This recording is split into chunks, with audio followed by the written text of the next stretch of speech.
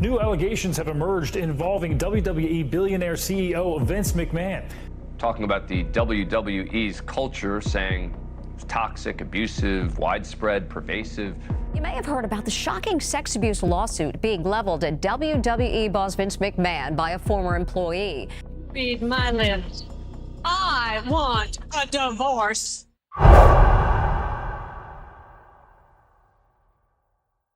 Vince and Linda McMahon got married in 1966, and together they were responsible for making the WWE as big as it is today. But before we take a look at the current status of their often tumultuous marriage, let's take a closer look at Linda McMahon. I was not a fan of wrestling before I married into the McMahon family. It doesn't mean I didn't like it. I just wasn't exposed to it very much. Linda McMahon was born as Linda Marie Edwards on October 4th, 1948 in New Bern, North Carolina, to Evelyn and Henry Edwards, both employees at Marine Corps Air Station Cherry Point Military Base. Raised in a conservative Baptist family, she converted to Roman Catholicism later in life. I'm a strong believer in faith, and that's what really started this country. Linda was a tomboy during childhood and played basketball and baseball while attending Havelock High School, where she was also a member of the National Honor Society. And she was 13 when she met then 16-year-old Vince McMahon at church of all places, and the two dated throughout their school years. We actually met in church. I know what you were doing there, Vince. What were you doing in church? I was there because He was scouting. It's true. He was scouting. My mom had said, you have to come meet this beautiful blue-eyed girl. She sings in the choir, and she's pretty, and you're really going to like her. And that was a motivation for me to go to church. While both their mothers worked in the same building, they had not met earlier, and Vince, who had endured several abusive stepfathers, became very close to the Edwards family. And he proposed to Linda following her school graduation, and they were married on August 26, 1966, 2 days after he turned 21, while she was only 17. After marriage, she joined Vince at East Carolina University in Greenville, where he was studying business administration. And in 1969, she completed her bachelor's degree in French with a minor in Spanish, and also received a certification to teach. After Vince became a television announcer and live event promoter in his father's Capital Wrestling Corporation in Washington, the couple relocated there, where she would begin her career working as a receptionist at Covington & Burling, a corporate law firm where she trained as a paralegal, translated French documents, and learned about intellectual property rights and contract negotiations. As Vince traveled across the Northeast, expanding the company, they lived in Maryland as well as West Hartford, Connecticut, and she helped with scheduling contracts and record keeping while also caring for their two young children. And up to that point, they had amassed about $1 million in debt that led to bankruptcy in 1976, forcing the couple to live on food stamps until Vince took a 90-hour-a-week job at a quarry. The business venture that Vince and I created is very successful, but that's not always been the case. There was a time in our lives that we had to declare bankruptcy. In 1979, after learning that the Cape Cod Coliseum was up for sale, the couple moved to Massachusetts, where they purchased the small arena, where they would host wrestling as well as other sports events. And it was here that Linda learned about the managerial aspects of the live event business and interacted directly with consumers while selling tickets and sometimes even offering them meatball sandwiches that she had cooked. But clearly, when you go into business, you have to understand there are going to be ups and downs.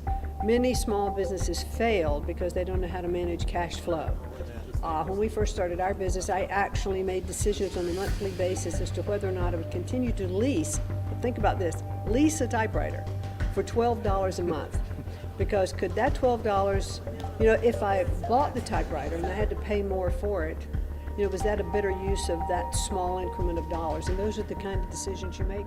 Once Titan Sports Incorporated was established in 1980, Linda put to use her prior knowledge of intellectual property law to help Vince with trademark protection. Linda also pioneered in selling souvenir merchandise during live events, starting with t-shirts and later introducing wrestling action figures in 1984, revenue which would contribute considerably to their business. Wrestling superstars and new wrestling ring, each sold separately from LJN.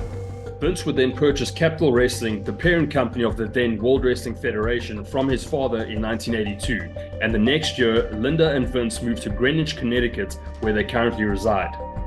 Determined to make the WWF popular at the national level, he ventured into the pay-per-view industry with Wrestlemania in 1985 and began airing the show on national television, which eventually led to the brand's global success. While Linda largely ran Titan Sports and later the WWF together with her husband and was generally known as the co-chief executive, she formally became WWF president in 1993 and CEO in 1997. And on May 3rd, 1999, she made her first WWF TV appearance during the corporate ministry storyline and was later part of several other storylines as well. What does that woman do for your company? She runs the company, basically. I'm out there doing the creative and things of that nature. And Linda's, always been, she described herself as nuts and bolts, but it's far beyond that. In terms of, she's always been right there, sometimes behind me, sometimes in front of me, helping grow this company from when we just started a little promotion company. And prior to buying my dad's company and making it, into what it is today, she's always been right there. In August of 2000, Linda launched SmackDown Your Vote, the company's nonpartisan voter registration campaign, which continues to engage new voters from different demographics by featuring popular wrestlers in public service announcements and online marketing. Linda also launched the Get Real program, which promotes youth education and has been involved with several charitable organizations, including Make-A-Wish Foundation, the Multiple Myeloma Research Foundation, and the Starlight Foundation. Linda McMahon was an honest person. She's a fantastic businesswoman. Talk about the business that I made. Look at what she did with World Wrestling Entertainment. Took it from basically a small-time business and turned it into a worldwide conglomerate. I mean, $1 billion business. And just on top of that, she's just genuinely a good-hearted person. Linda would resign as WWE CEO in 2009 after being appointed to the State Board of Education by Connecticut Governor Jody Rowell in January of that year. Linda was then confirmed in the Connecticut State Assembly, but resigned in April 2010 to campaign for Senate as state law restricted political activities by board members. On September 16, 2009, Linda announced her Senate campaign from Connecticut, personally sponsored with $50 million, and projected herself as a pro-choice Republican, promising lower taxes, fiscal conservatism, and job creation. Ladies and gentlemen, I am a proven job creator, and today I am announcing that I am a candidate for the United States Senate. And despite tough competition from former Congressman Rob Simmons, she defeated her opponents in the Republican primary, only to lose the general election to Democratic candidate Richard Blumenthal. She took $10 million meant to create jobs and then laid off 10% of her workforce and took home $46 million. That is a fact. When she was asked by reporters about the minimum wage and whether to cut it, she said she would have to look at it. I would never say such a thing. Linda would, however, continue to run a number of cringy television ads, as politicians do, like the following. When I was young, my parents lost everything, but I never knew because our home was always filled with love. Most people just see one side of Linda McMahon, the tough, capable CEO who led the way on USO, Make-A-Wish projects, and was instrumental in making WWE more family-friendly. But I see the other side. I see my mom, and I hope that I can be half the mother to my 3 girls that she was to me. I'm Linda McMahon, and I approve this message. She made regular media appearances before finally announcing her candidacy in September 2011 and was the favorite Republican candidate for the 2012 election to replace Joe Lieberman.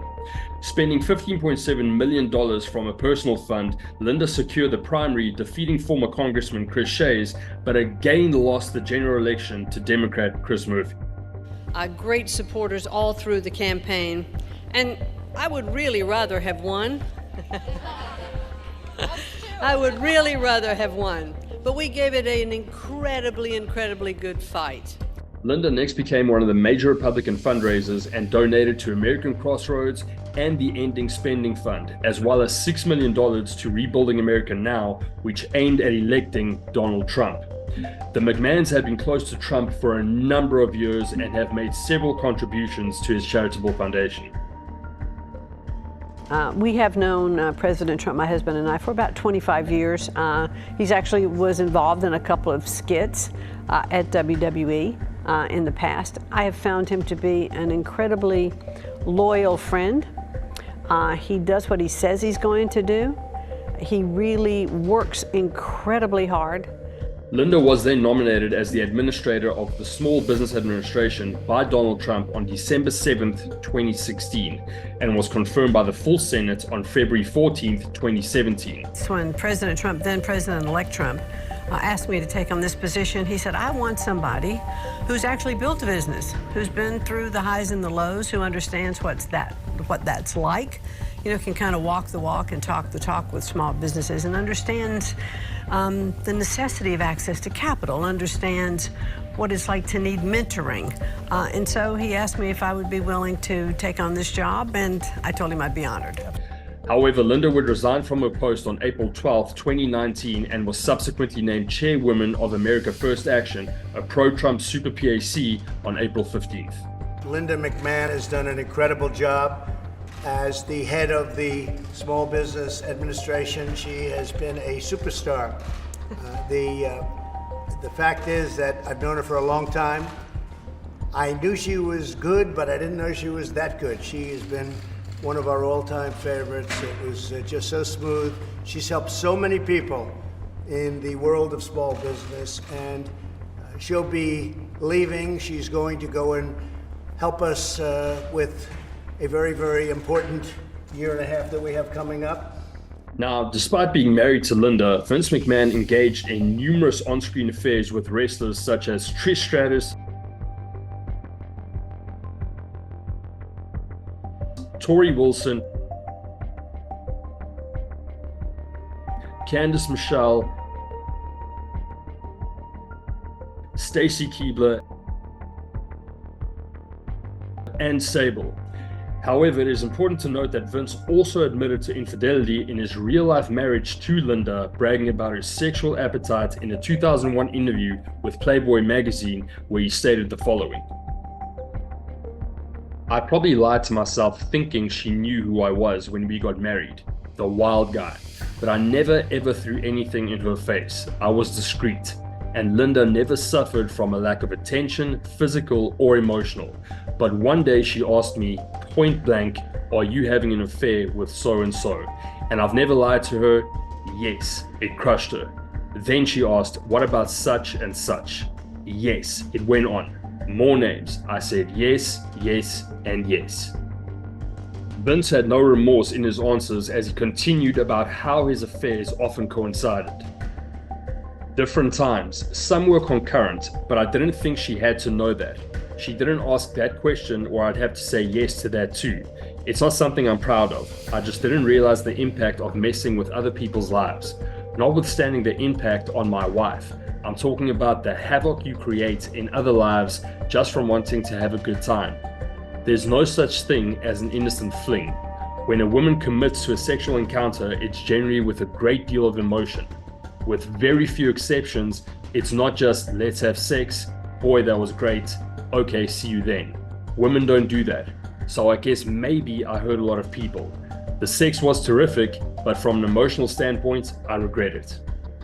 Linda and I have a great marriage, and I don't want to screw it up. I'm not saying I don't look. I'm not saying I won't fall off the wagon one day. I hope not, because of all the complications and because I would have to tell her if she asked me. Vince would also go on to talk about how he cheated on Linda in a 2001 interview with Howard Stern. You know, when she married me, you know, I promised her several things. You know, one, there'd never be a dull moment, which there hasn't been. Yeah, I'll say. And that I'd always love her, and I always have. Right. I like the all-American type, and my wife actually is like what I really like. Yeah. You know, and I'm not too sure I wouldn't like kind of looking for parts of my wife and other women type of thing. How did you get away, though, with cheating and never getting caught? I never heard anything about you ever with another woman. Right. What do you do, the hotel room thing? He had to tell on himself. Yeah, and how do you get... You got so bored you told on yourself. I know. You're like, hey, honey, what's wrong with you? You don't know I'm cheating. You another woman. Nobody will catch me. I'm going to turn myself in. Yeah. I mean, one day she asked, so I mean... Right. Oh, she did? She just walked up and said, Vince, are you having sex with another woman? And you said yes? Right. Come here, I'm going to have to knock you around. Really? Hold it. You never do that. I understand you're not supposed to do that. Right. But did you tell her how many? And then she asked this. Oh, you gave her the list? Oh, yeah, what are you going to do, you know? You must be strong. Oh. Now, in light of all this, there are many people who wonder why Linda McMahon just doesn't divorce Vince McMahon. We've had a wonderful lifetime together. Always bumps in the road with any relationship. We had ours. There'll probably be more to come. But he's a man of integrity, a man of principle, someone I admire and respect very much, and I would say that even if he weren't sitting next to me. However, according to many sources, including Vince Russo, they've apparently been separated for a number of years. Bro, Vince McMahon was not living with Linda for decades. Decades. So when we're talking about this, we don't even know if they were living in the same house as husband and wife. Vince also recently slipped up during an interview when you referred to Linda as my wife at the time. It was like, man, my wife at the time, my wife. Jim Cornette has also given his theory as to why he thinks Linda hasn't divorced Vince. Since this has come out about Vince, well, why didn't Linda divorce him a long time ago? She could be filthy rich. She'd have half of everything. Somebody out there thinks Linda McMahon is hurting for money. What do you think? They just didn't do the divorce. The settlement was already made. What'd she spend, $80 million to run for Senate? Like she's going to be a fucking senator? And then, all the other things that she has done and gone on to do, that was her settlement. She don't have to do shit. She's got all the money she needs, and she can go flit around and try to... She went from Vince to Trump, which is definitely a fucking trade down. When you think, we've said Vince is an articulate, eloquent, intelligent, good-looking president pig shit. But, she doesn't need a divorce to get her settlement. She's living her own life, doing her own thing, associating with other rich billionaire assholes, and running for offices she's not going to ever win. And despite all the recent allegations against Vince McMahon with regards to the hush money payments and the whole Janelle Grant thing, as well as Vince stepping down from the board of directors of TKO, Linda McMahon has still been pretty tight-lipped when asked about what she thinks of the current situation. I have to ask you about the biggest story right now with Vince leaving WWE. What are your thoughts? I'm not going to talk about Vince and WWE. I'm here to talk about AFPI. I was just wondering what your thoughts were on him deciding to leave. Fans of wrestling are can't believe it. Well, you know what? He'll just be deciding on how he's going to spend his free time. I think that's a good thing. Thanks. Are you concerned at all about the investigation? No. The hush money? Come on. I think Linda's smarter than what they give her credit for. Because she knew when all that other stuff came out about him, how he was, what he was about. And she didn't leave him then. So now this comes out. It's nothing new. It's just... He was just I think Vince was just stupid. He got old. He got stupid. He thought he can't be brought down. Well, he can be, and I think now they're seeing it. The whole dynamic of the McMahon family is pretty interesting, and it's going to be interesting to see what happens and how everything unravels with regards to the allegations that have been brought up against Vince McMahon. And it must be remembered that Stephanie McMahon, who is the daughter of Vince and Linda, her name has also been brought up in this lawsuit. So it's going to be interesting to see what happens in the end. Look, let's be honest. This is not the end of the story. This story will continue to evolve. We don't know how much. We don't know if there'll be other people coming out of the woodwork as a result of this. There's just a lot we don't know. We can't predict. Let me just say that I've made mistakes, obviously, both personally and professionally through my 50-year career. I've owned up to every single one of them and then moved on. But in any case, let me know what you guys think in the comments. And as always, thanks for watching.